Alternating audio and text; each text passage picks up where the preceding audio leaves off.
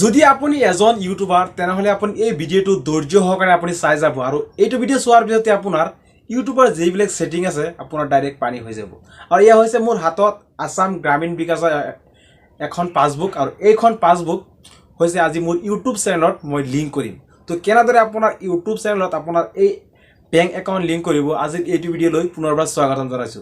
তো আজি দেখুৱাম কেনেদৰে আপোনাৰ ইউটিউব চেনেলত আপুনি বেংক একাউন্ট এড কৰিব তো বেংক একাউন্ট এড কৰাৰ আগতে আপোনাৰ ইউটিউব চেনেল মনিটাইজ হ'ব লাগিব আৰু মনিটাইজ হোৱাৰ পিছতে আপোনাৰ আইডেন্টি $10 কমপ্লিট হ'ব লাগিব এন্ড $10 কমপ্লিট হোৱাৰ পিছতে আপোনাৰ আইডেন্টি ভেৰিফিকেশন কৰিব লাগিব এন্ড আইডেন্টি ভেৰিফিকেশন কমপ্লিট হোৱাৰ পিছতে আপোনাৰ এডসেন্স পিন ভেৰিফিকেশন কৰিব লাগিব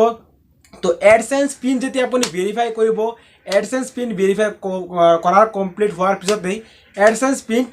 কমপ্লিট হোৱাৰ পিছতে আপোনাৰ বেংক একাউন্ট আপুনি এড কৰিব লাগিব ইয়াৰ মাজতে আপোনাৰ বেংক একাউন্ট এড কৰাৰ মাজতে ইয়াত আপোনাৰ আটাইতকৈ গুৰুত্বপূৰ্ণ কথা হৈছে আপুনি এটা সুইফট কোড লাগিব আপুনি যেটো বেংক একাউন্ট আপুনি এড কৰিব আপোনাৰ ইউটিউব এডসেন্স একাউন্টত আৰু ইউটিউব এডসেন্স একাউন্টত আপুনি যেটো এড কৰিব ইয়াৰ সুইফট কোড লাগিব প্ৰায় মানুহে নাজানে সুইফট কোড কি আজি আপোনাক সকলো বস্তু পানীৰ দৰে সমান কৰি দিম একদম সিম্পল ভাবে আপোনাক দেখুৱাই দিম কেনেদৰে আপুনি কোৰ পৰা আপুনি কি কৰিব সুইফট কোড কোৰ পৰা পাব আইএসপি কোড কোৰ পৰা পাব সকলো বস্তু এ টু জেড আজি এইটো ভিডিওত আপোনাক একদম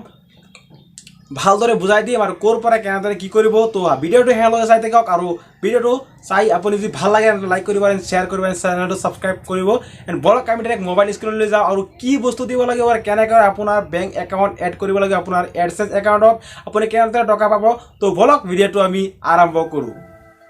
তো আপুনি আপোনাৰ নিজৰ ক্ৰম ব্ৰাউজাৰ বা গুগল ব্ৰাউজাৰ আপুনি ওপেন কৰিব যেতিয়া আপুনি ওপেন কৰি আপুনি সাৰ্চ কৰি দিব এডসেন্স মই যেতিয়া এডসেন্স বুলি সাৰ্চ কৰিছো সাক এজনৰ পেজটো শো হৈ গল তো তাৰ পিছত ইয়াত দি আছে সিং ইন তো আপুনি যদি লগইন কৰা নাই আপুনি লগইন কৰি ল'ব মই অলৰেডি লগইন কৰি ৰাখিছো মই এতিয়া সিং ইন কৰি দিম তো এতিয়া মই ইয়াত ক্লিক কৰি দিলো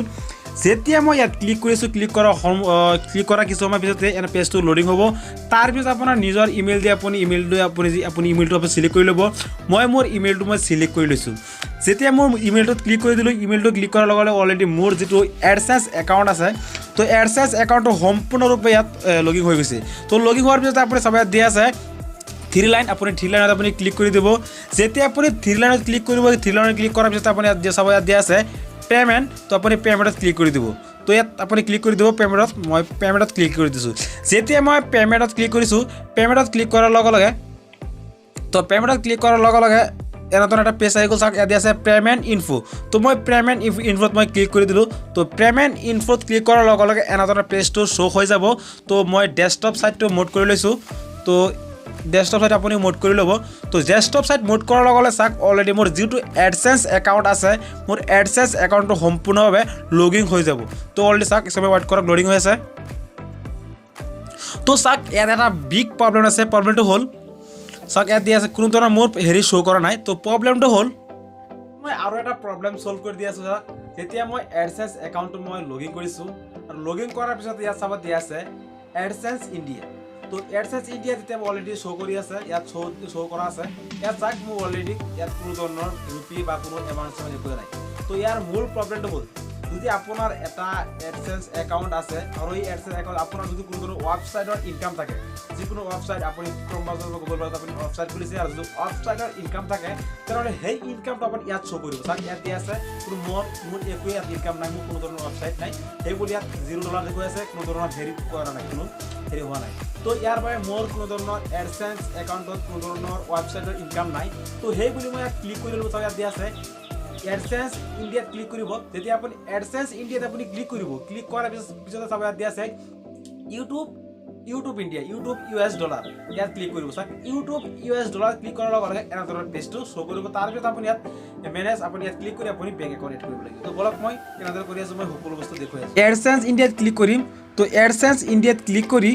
মই ইণ্ডিয়া US ডলাৰ সিলেক্ট কৰি লম তো ইণ্ডিয়া US ডলাৰ সিলেক্ট কৰি চাওক অলৰেডি ইয়াত দেখুৱাই আছে মোৰ অলৰেডি আগৰ পৰা বেংক একাউন্টটো এড কৰা আছে তো আপোনালোকে কেনে কৰিব মই ডাইৰেক্ট সম্পূৰ্ণ বস্তু দেখুৱাইছো চাওক ইয়াত দি আছে মেনেজ পেমেন্ট মেথড আপুনি ইয়াত ক্লিক কৰি দিব যেতিয়া আপুনি ক্লিক কৰিব ক্লিক কৰাৰ লগে লগে আপোনাৰ সন্মুখত এনেধৰণৰ পেজটো শো কৰিব তো এইটো পেজ শো কৰাৰ লগে লগে আপুনি এই পেজৰ যেকেইটা অপশ্যন আছে আপুনি সম্পূৰ্ণ শুদ্ধকৈ আপুনি ফিল আপ কৰিব লাগিব এইটো যদি আপুনি কেনেবাকৈ ভুল দিয়ে তেনেহ'লে আপোনাৰ বহুত পেছত পৰিব আপুনি পেমেন্টটো আপুনি একসেপ্ট কৰিব নোৱাৰিব তো বলক কেনেদৰে ক'ত কি দিব লাগে মই সকলো বস্তু দেখুৱাই আছো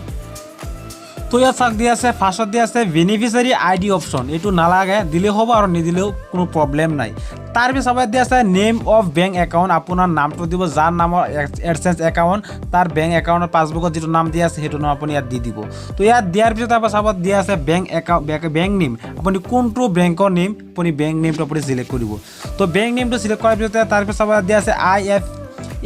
IFSC কোড, আপুনি IFSC কোডটো দি দিব, ইয়াত শুদ্ধ কৰি দিব। তো দিয়াৰ পিছত আপুনি সুইফট কোডটো আপুনি ক'ৰ পৰা পাব চাওক। সুইফট কোড মানে হৈছে আপোনাৰ একাউণ্টৰ যোনটো বেংক একাউণ্টত আপোনাৰ যোনটো একাউণ্ট আছে সেইটো একাউণ্টৰ নাম আপুনি গুগলত চাৰ্চ কৰিব। চাৰ্চ কৰি ধৰি লওক মোৰটো আছে পাঞ্জাৱ নেশ্যনেল বেংক, লিখিব Punjab National Bank SWIFT code. তো Punjab National Bank SWIFT code লিখাৰ লগে লগে চাব ইয়াত পেজ ডাইৰেক্ট অলৰেডি গুগলত এনেদৰে পেজটো আহি গ'ল। যেহেতু মই পাঞ্জাৱ নেশ্যনেল বেংকৰ মই এই বেংক একাউণ্টটো এড কৰি আছোঁ, সেই বুলি অলৰেডি চাওক ইয়াত দেখুৱাই দিলে পাঞ্জাৱ নেশ্যনেল বেংকৰ সুইফট কোড। আৰু যোনটো বেংক একাউণ্ট আপুনি এড কৰে সেইটো বেংকৰ নাম আপুনি চাৰ্চ কৰিব, চাৰ্চ কৰি আপুনি সুইফট কোড লিখি দিব। তো চাৰ্চ কৰাৰ লগে লগে আপোনাৰ সন্মুখত ডাইৰেক্ট এনেদৰে আপুনি আহি যাব সুইফট কোড। আপুনি সেইটো সুইফট কোড আপুনি দেখুৱাব পাৰে আপোনাৰ বেংক ব্ৰাঞ্চৰ মেনেজাৰক, যদি হয় তেনেহ'লে আপুনি এইটো দিব। তো ভালদৰে আপুনি চাই চিতি আপুনি সুইফট কোডটো আপুনি এনেকৈ আপুনি চিলেক্ট কৰি ল'ব। তো তাৰপিছত ইয়াত দিয়া আছে বেংক একাউণ্ট নাম্বাৰ, তো আপুনি একাউণ্ট নাম্বাৰটো শুদ্ধ কৰি দিব। তো একাউণ্ট নাম্বাৰ শুদ্ধ কৰি দিয়াৰ পিছত চাব আকৌ দিয়া আছে ৰিটাইপ একাউণ্ট নাম্বাৰ, তো আপুনি আকৌ দিব। তো দিয়াৰ পিছত সকলো বস্তু আপুনি এবাৰ ভালদৰে চাই চিতি তাৰপিছত অলপ দিব। তাৰপিছত চাব তলত দিয়া আছে ছেভ, তো ছেভ এণ্ড কণ্টিনিউ আপুনি ছেভত ক্লিক কৰিব।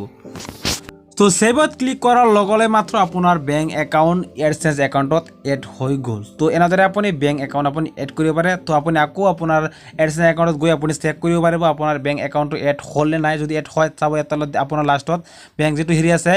একাউণ্ট পে'মেণ্ট মেথড, ইয়াতে আপুনি ক্লিক কৰি চাব দিয়া থাকিব আপোনাৰ বেংক নাম্বাৰ, লাষ্টৰ 4টা নাম্বাৰ দিয়া থাকিব। তো আৰু আপোনাৰ নামটো দিয়া থাকিব। তো এনেদৰে আপুনি আপোনাৰ বেংক একাউণ্ট আপুনি এডচেঞ্চ একাউণ্টত এড